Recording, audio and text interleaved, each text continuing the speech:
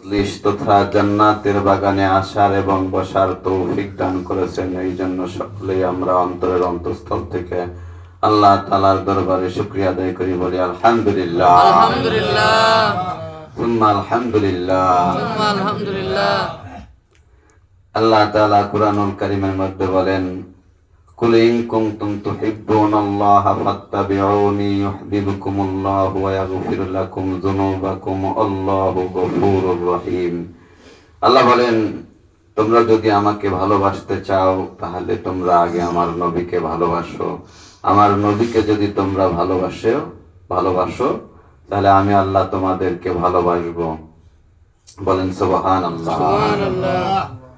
আর কি করব? আমি আল্লাহ তোমাদেরকে মাফ করে দেব। সুবহানাল্লাহ। নবীকে ভালোবাসলে আল্লাহ তাআলা আমাদেরকে কি করবেন? ভালোবাসবেন এবং মাফ করে দিবেন এবং আমাদেরকে কি করবেন? দয়া করবেন। আল্লাহ তাআলা কুরআনুল কারীমের আরেক জায়গায় বলেন, ওয়ালাউ আন্নাহুম ইযলামু আনফুসাহুম জাউকা ফাস্তাগফিরুল্লাহা ওয়াস্তাগফারা লাহুমুর রাসূলু লাওয়াজাদুল্লাহা তাওয়াবার রহিমা। তোমরা যারা গুনাহ করেছো, অপরাধ করেছো, নিজের উপরে জুলুম করেছো, তোমরা আমার নবীর কাছে যাও। আমার নবী যদি তোমাদের জন্য সুপারিশ করে, আমি আল্লাহ তাআলা তোমাদের তওবা কবুল করে নেব। আমি আল্লাহ তোমাদেরকে মাফ করে দেব। আমি আল্লাহ তাআলা তোমাদেরকে দয়া করব, মায়া করব, মহব্বত করব, ভালোবাসবো। বলেন সুবহানাল্লাহ। যার অন্তরে নবীর ভালোবাসা আছে সে ব্যক্তি মুমিন। যার অন্তরে নবীর ভালোবাসা নাই সে মুমিন হতে পারে না। হাদিসের মধ্যে এসেছে, লা ইউমিনু আহাদুকুম হাত্তা আকুনা হাব্বা ইলাইহি মিন ওয়ালিদিহি ওয়া ওয়ালাদিহি ওয়ান নাসি আজমাইন। নবী বলেন, তোমরা ততক্ষণ পর্যন্ত মুমিন হতে পারবে না যতক্ষণ পর্যন্ত তোমাদের পিতামাতা, ছেলে মেয়ে, আত্মীয় স্বজন, বন্ধু বান্ধব, পাড়া প্রতিবেশী, প্রতিবেশিনী, এমনকি নিজের জীবনের চাইতে আমি নবীকে বেশি ভালো না বাসবে ততক্ষণ পর্যন্ত তোমরা মুমিন হতে পারবে না। এই জন্য আমাদের নিজের জীবনের চাইতে রাসূলকে ভালোবাসতে হবে। আমরা রাসূলকে কেমনে ভালোবাসবো? আল্লাহ তাআলা কুরআনুল কারীমে আরেক জায়গায় বলেন, আন-নাবিয়্যু আওলা বিল মুমিনিনা মিন আনফুসিহিম ওয়া আযওয়াজুহু উম্মাহাতুহুম। যারা মুমিন হবে তাদের জীবনের চাইতে রাসূল প্রিয় হবে। আর নবীর যতগুলি স্ত্রী আছে মুমিনগণদের মা, নবী মুহাম্মদুর রাসূলুল্লাহ সাল্লাল্লাহু আলাইহি ওয়াসাল্লামের যতগুলো স্ত্রী আছে মুমিনদের মা। নবীকে আমরা কিভাবে ভালোবাসবো? রাসূলের সুন্নতের উপরে চললে রাসূলকে ভালোবাসা হয়। বেশি বেশি দুরূদ শরীফ পড়লে রাসূলকে ভালোবাসা হয়। সাহাবীদেরকে ভালোবাসলে নবীকে ভালোবাসা হয়। নবীজির রওজা মোবারকের জিয়ারতের আকাঙ্ক্ষা থাকলে নবীকে ভালোবাসা হয়। কোরআনুল কারীমকে ভালোবাসলে নবীকে ভালোবাসা হয়। নবীর পরিবার পরিজনকে ভালোবাসলে নবীকে ভালোবাসা হয়। নবীকে যিনারা ভালোবাসেন তিনাদেরকে ভালোবাসলে নবীকে ভালোবাসা হয়।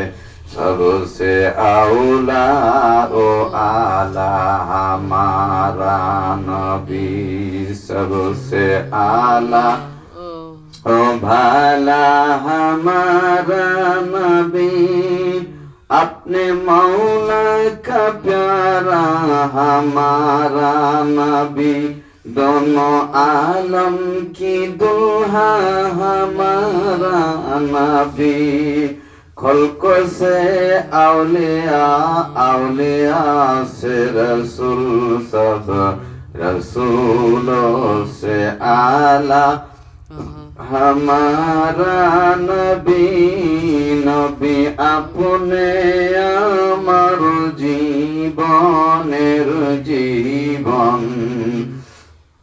আমার সাথে সাথে বলেন, নবী আপনে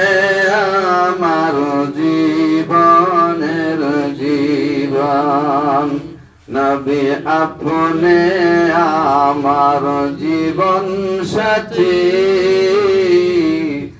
অন্ধকার কবরের বাতি আপনার নূরে সৃষ্টি এই ভুবন আল্লাহর নবী নূরের নবী গো আপনি আমার জীবনের জীবন নবীর জন্য ইসলামের জন্য কালেমার জন্য দীর্ঘমেয়াদী অত্যাচার যিনি সহ্য করেছিলেন তিনি হলেন বেলাল রাদিয়াল্লাহু তাআলা আনহু। এমন ভাবে তাকে মারা হয়েছিল, মারতে মারতে অজ্ঞান হয়ে পড়ে যেতেন। হুশ ফিরে আসার পরে একটা শব্দ জবানে হযরতে বেলালের জবান থেকে আসতো, আহাদ আহাদ আহাদ, আল্লাহ এক আল্লাহ এক। কালেমার জন্য নবীর জন্য এমন ভাবে তাকে কষ্ট দেওয়া হয়েছিল, মেরে মেরে প্রচন্ড গরম হযরতে বেলালকে মেরে মেরে রক্তাক্ত করে হাত পা গুলি বেঁধে নিয়ে প্রচন্ড গরম উত্তাপ মরুভূমির বালুর ভিতরে চিৎ করে শোয়ায় রেখে আসা হতো। প্রচন্ড গরমের বালুগুলি লেগে লেগে হযরতে বেলালের পিঠের চামড়া গুলি ঝলসে পড়ে পড়ে ঘাও হয়ে যেত, দগ দগ করতো ঘাগুলি। এই ঘায়ের মধ্যে বেতের আঘাত করা হতো, চাবুক দিয়ে পিটানো হতো দিনের পর দিন। এইভাবে বেলালকে কষ্ট দেওয়া হতো। বেলালের মনে বলতো, বেলাল কালেমা ছাড়বি, তোকে আর কষ্ট দেওয়া হবে না। বেলাল বলতো, মনিব জীবনের সব দিয়ে দিব, কিন্তু কালেমা দিতে পারবো না, নবী ছাড়তে পারবো না। আমি যা দেখেছি, আমি যার হৃদয়ে ধারণ করেছি, অন্তর থেকে তা বের করতে পারবো না। বেলাল রাদিয়াল্লাহু তাআলা আনহুর মনিব ইহুদি ছিল, বড় জালেম ছিল। সিদ্ধান্ত নিল একবারে মারবো না, ওকে তিলে তিলে মারবো, যাতে মক্কার মানুষ বুঝে কালেমা পড়লে কি করুন শাস্তি হয়। আজকে এখানে কালেমার জিকিরের জন্য আমরা একত্রিত হয়েছি, একটা লোক বাধা দেয় নাই, কিন্তু সেই দিন কালেমার জন্য হযরতে বেলালের পিঠের চামড়া গোশতগুলি তুলে ফেলে দেওয়া হয়েছিল। গলার মধ্যে রশি বেঁধে মক্কার অলি গলিতে টানা হতো। কুকুর মারা গেলে যেমন গলার মধ্যে রশি বেঁধে টেনে টেনে ময়লা জঙ্গলের মধ্যে ফেলে দিয়ে আসা হয়। আহা, হযরতে বেলালের গলার মধ্যে রশি বেঁধে ধরে নিয়ে মক্কার অলি গলিতে টানা হতো। বেলালের পিঠের চামড়া গোশত গুলি খসে খসে পড়ে যেত।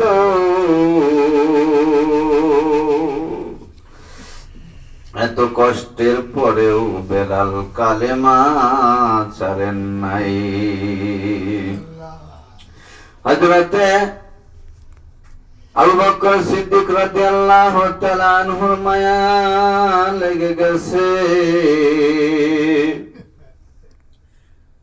হুজুর আপনি যদি অনুমতি দেন বেলালকে ওই দাসত্ব থেকে বেড়াজাল থেকে মুক্ত করে নিয়ে আসবো, কিনে নিয়ে আসবো।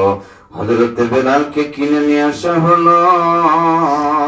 হযরতে বেলাল নবীজিকে ভালোবাসতেন হৃদয়ের গভীর থেকে। চেহারা ছিল না, সৌন্দর্য ছিল না, শিক্ষা দীক্ষা কিছুই ছিল না, শুধু কলিজার মধ্যে নবীজির ভালোবাসা ছিল।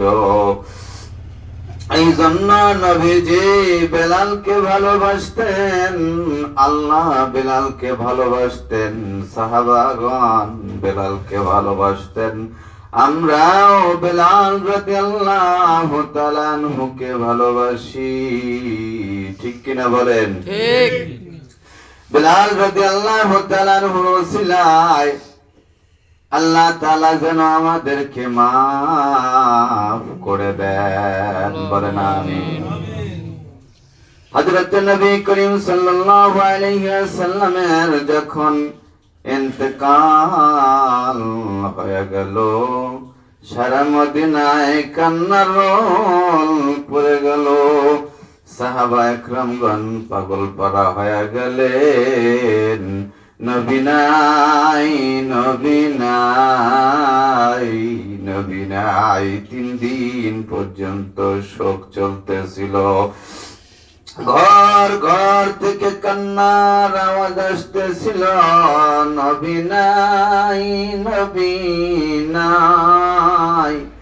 বিরহ বেদনার সহ্য করতে না পেরে প্রিয় নবীর উট কাসওয়া 3 দিন পর্যন্ত কেঁদেছিল। একটা প্রাণী একটা উট হইয়া বিরহ বেদনা সহ্য করতে পারে নাই। 3 দিন পর্যন্ত একটানা কেঁদেছিল, কেঁদে কেঁদে হযরত দুরূদ শরীফ পড়ি। আল্লাহুম্মা সাল্লি আলা সাইয়্যিদিনা মাওলানা মুহাম্মাদ ওয়া আলা আলি সাইয়্যিদিনা শফিয়ানা মুহাম্মাদ। নবীজির ইন্তেকালের পরে বিরহ বেদনা সহ্য করতে না পেরে প্রিয় নবীর উট কাসওয়া 3 দিন পর্যন্ত কেঁদেছিলেন।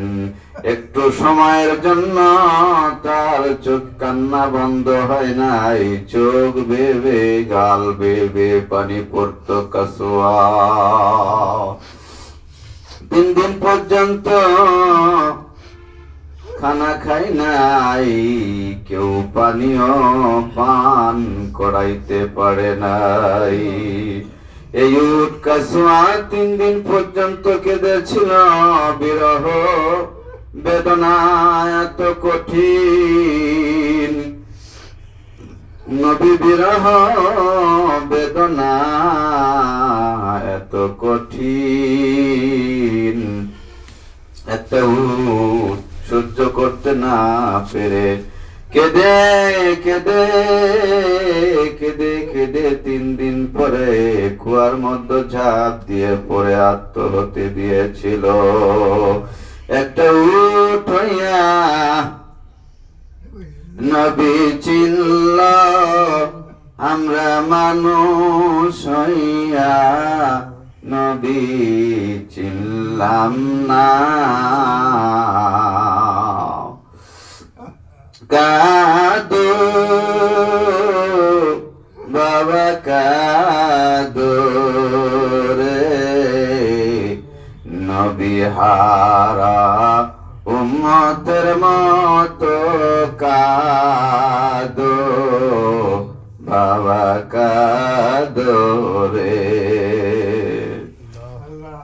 পিতাহারা মাতাহারা সন্তানের মতো কাঁদো বাবা কাঁদো রে। যেই নবী সারা জীবন আমাদের জন্য কেঁদেছেন, মৃত্যুর সময় আজরাইলকে বলেছিলেন, আজরাইল যত কষ্ট দিবারে আমাকেই দাও, আমার মায়ার উম্মতকে কষ্ট দিও না। যেই নবী মদিনায় শুয়ে শুয়ে এখনো কাঁদতেছে, আমার উম্মতের কি হবে কিয়ামতের দিন? পিতামাতা সন্তানকে চিনবে না, সন্তান পিতামাতাকে চিনবে না। সেই দিন অন্যান্য নবীগণ ইয়া নাফসি করতে থাকবেন, আমার মায়ার নবী আমাদের জন্য সিজদায় পড়ে কাঁদতে থাকবেন। ওই মায়ার নবীর জন্য দুই চোখের পানি ছেড়ে দেন। কান্না যদি না আসে, কান্নার ভান করে বাজার আল্লাহর জন্য, নবীর জন্য কেউ যদি দুই চোখের দুই ফোঁটা পানি ছেড়ে দিতে পারে, ও বাজান এই চোখের পানির বিনিময়ে জাহান্নামের আগুন হারাম হয়ে যাবে। নবীর মহব্বতে দুই চোখের পানি ছেড়ে দেন। ও বাজান যেই নবী উহুদের ময়দানে, তায়েফের ময়দানে আমাদের জন্য কত কষ্ট স্বীকার করেছেন, উহুদের ময়দানে দান শহীদ করেছেন, তায়েফের ময়দানে কাফের বেঈমান পাথর নিক্ষেপ করেছেন, নবী অজ্ঞান হয়ে জমিনে পড়ে গেছেন। হুশ ফিরার পরে আবার নবীজিকে জোর করে দাঁড়া করাইছেন, আবার পাথর নিক্ষেপ করছেন, আবার নবী অজ্ঞান হয়ে পড়ে গেছেন, আবার উঠাইছেন, আবার পাথর মারছেন। জিবরাইল আলাইহিস সালাম বলতেছেন, নবী গো আপনি অনুমতি দিলেই দুই দিক থেকে পাহাড় চাপা দিয়ে এই তায়েফের মাটিকে, মানুষগুলিকে, কাফের বেঈমানগুলিকে দুই দিক থেকে দুই পাহাড় দিয়ে একবারে ধ্বংস করে দেওয়া হবে। নবী বলেন, না না, এরা আমাকে চিনে নাই বিধায় আমাকে কষ্ট দিতেছে, যদি চিনতো তাহলে কষ্ট দিত না। যদি এরা মারা যায় আমি দিনের দাঁত কাকে দিব? আমি এদেরকে মাফ করে দিলাম। ও বাজান মায়ের নবী তাদের জন্য কোন বদদুয়া করেন নাই। আমাদের জন্য নবী কত কষ্ট স্বীকার করেছেন, কত রক্তাক্ত হয়েছেন, সারা জীবন নবী কষ্ট করেছেন আমাদের জন্য, এই উম্মতের জন্য।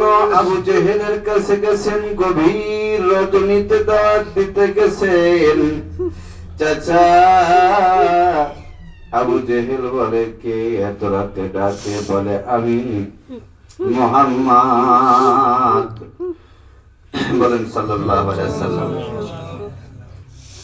আবু জেহেল বলে, তুমি এত রাত্রে কিসের জন্য এসেছো? বলে, চাচা আমার মা নাই, বাবা নাই, মক্কার মানুষগুলি আমাকে গালি দেয়, আমাকে পাথর নিক্ষেপ করে কষ্ট দেয়। চাচা আপনি যদি কালেমার দাওয়াতটুকু গ্রহণ করেন, এই মক্কার মানুষগুলি আমাকে আর কষ্ট দিত না।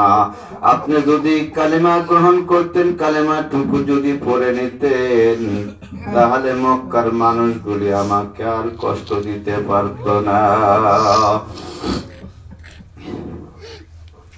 নবী আবু জেহেলকে দাওয়াত দিতেছেন। আবু জেহেল ঘরের মধ্যে গিয়া লাল রঙের একটা চাবুক নিয়ে আসা, নবীজির শরীরের মধ্যে সব সব করে আঘাত করতেছেন। চাবুকের সাথে চামড়া গোস্ত গুলি উঠে আসতেছিল।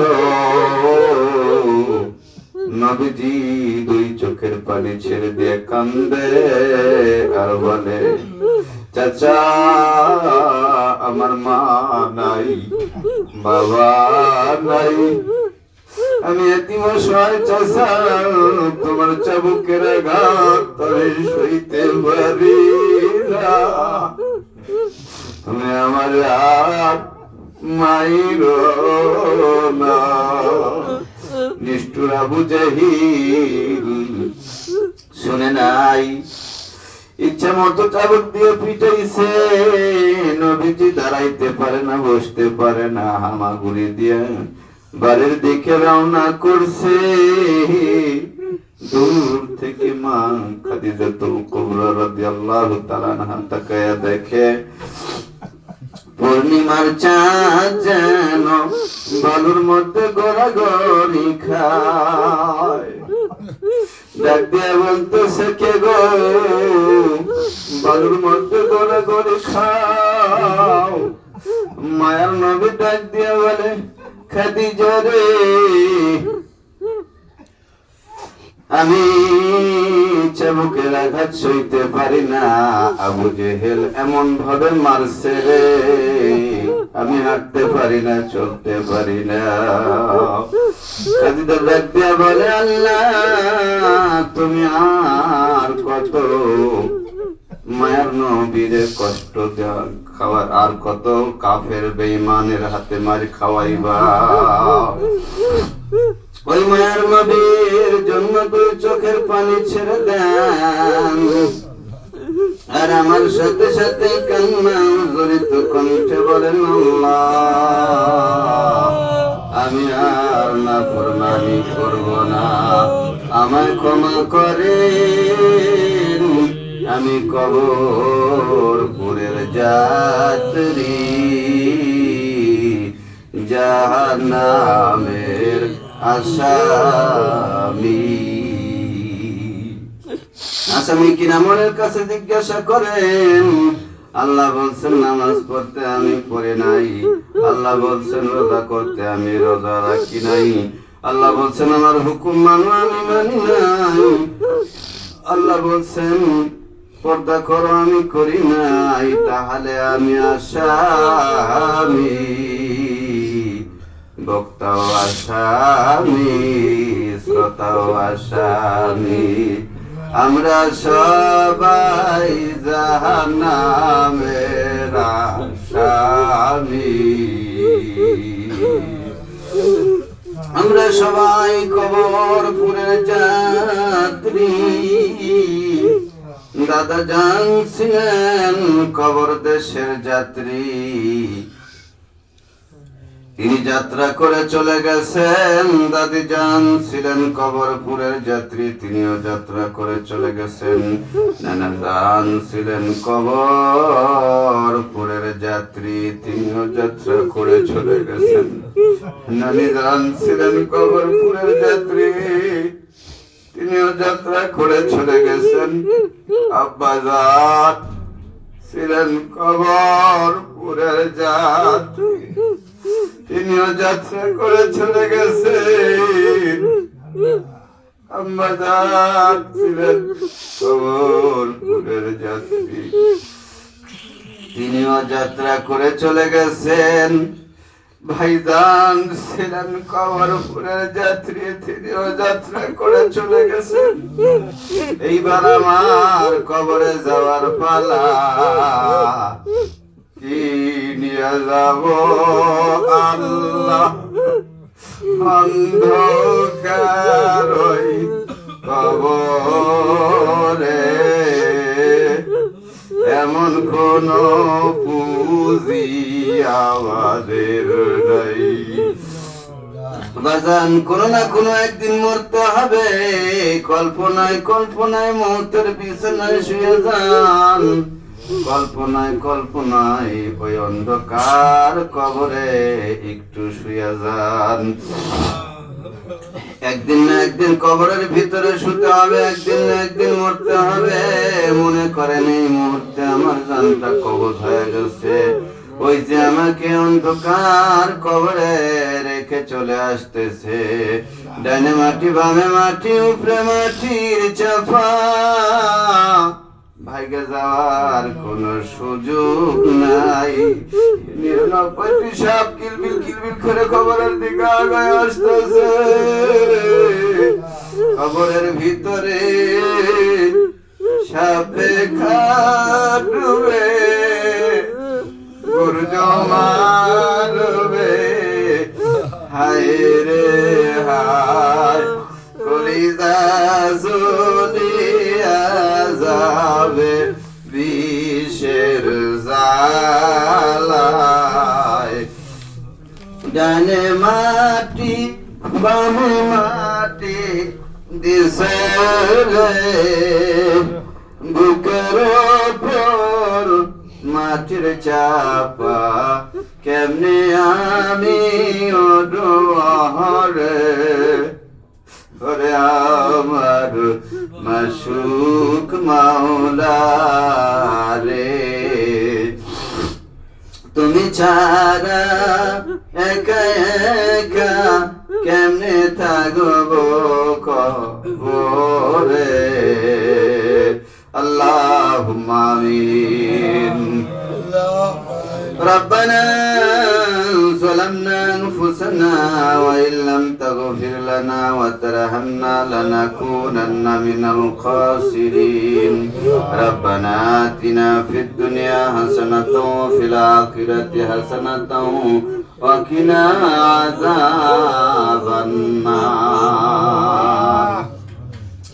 ربنا يا ربنا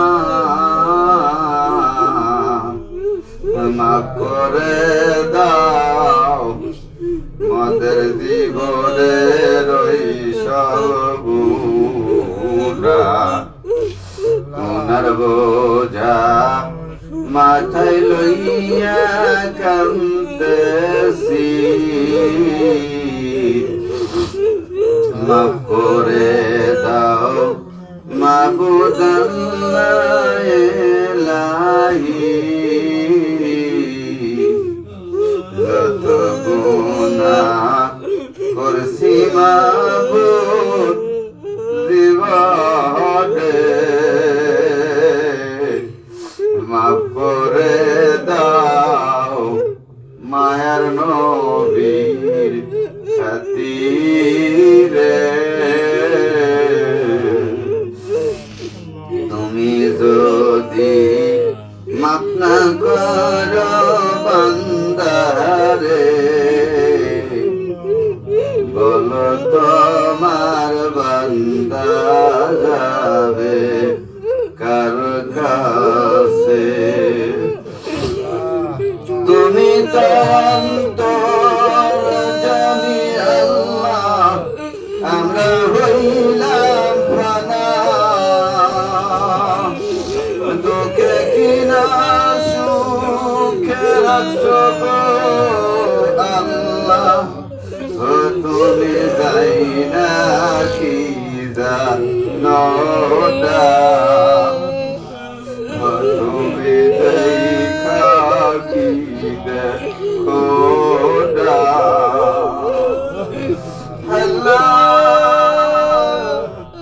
এই মন্দেশে কারদারে গর্বতারে বিমান, জনম দুঃখিনী মালাই রে, কারদারি জনম দুঃখী বাবা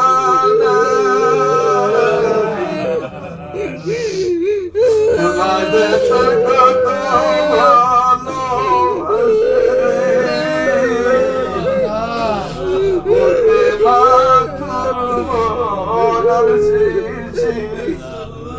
মায়ের আপন কেহ এই জগতে নাই। আল্লাহ কারজানি বাবা নাই, অন্ধকার কবরে দিয়েছে গো আল্লাহ। অভিমান করে চলে গেলে বাবা একা দয়া গেলা চোখের পানিটুকু মুছে দিলে না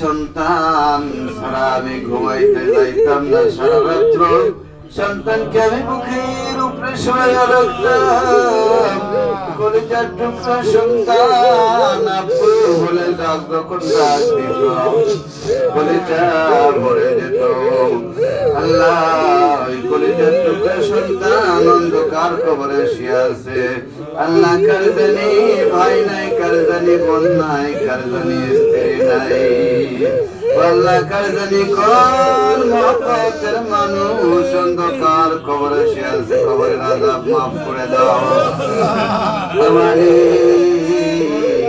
কার জানি অসুস্থতা কষ্টের আগুন কলিজার মধ্যে দাও করে আল্লাহ কার জানি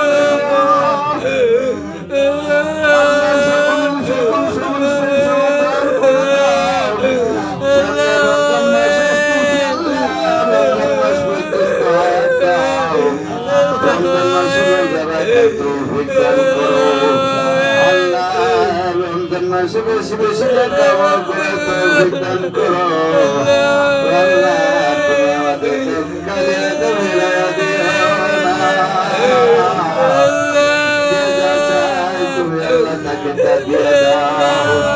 আপনারা যে যা চান আল্লাহর কাছে চান, গুনগুন আওয়াজে আল্লাহর কাছে চান।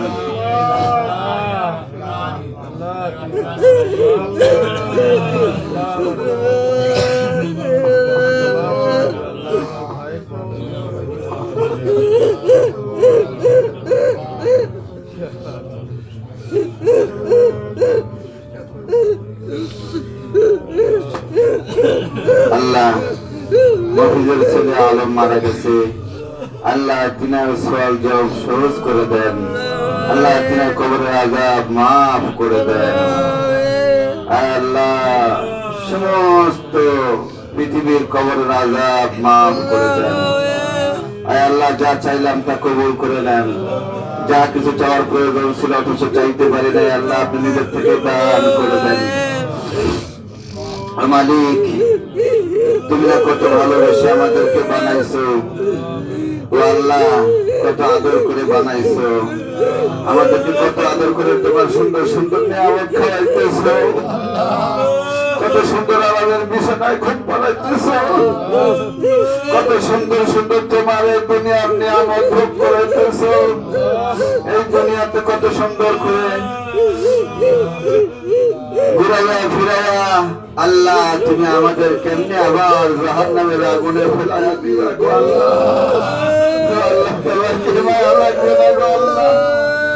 আমরা তো আমাদের সন্তানকে সারাদিন ঘুরাইয়া ফিরাইয়া দিন শেষে আগুনের মধ্যে ফেলে দিতে পারবো না গো আল্লাহ। আল্লাহ তুমি আমাদের হায়াত শেষে মৃত্যুর পরে কেমনে জাহান্নামের আগুনে ফেলে দিবে গো আল্লাহ।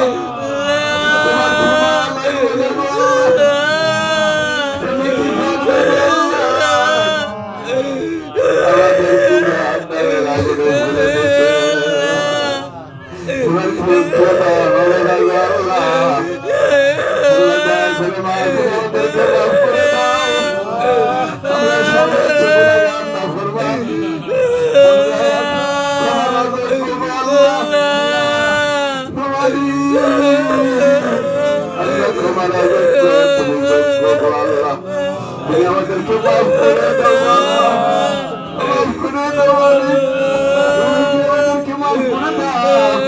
তোমার কোনো লস হবে না গো আল্লাহ, তুমি মাফ করে দাও গো আল্লাহ। গরিব মানুষকে নিয়ে হাত উঠেছি আল্লাহ, জীবন ভাইদেরকে নিয়ে হাত উঠেছি, মা বোনদেরকে নিয়ে হাত উঠেছি আল্লাহ, খুশি কাছে মাসুম বাচ্চাদেরকে নিয়ে হাত উঠেছি। যারা এখানে তোমার পছন্দ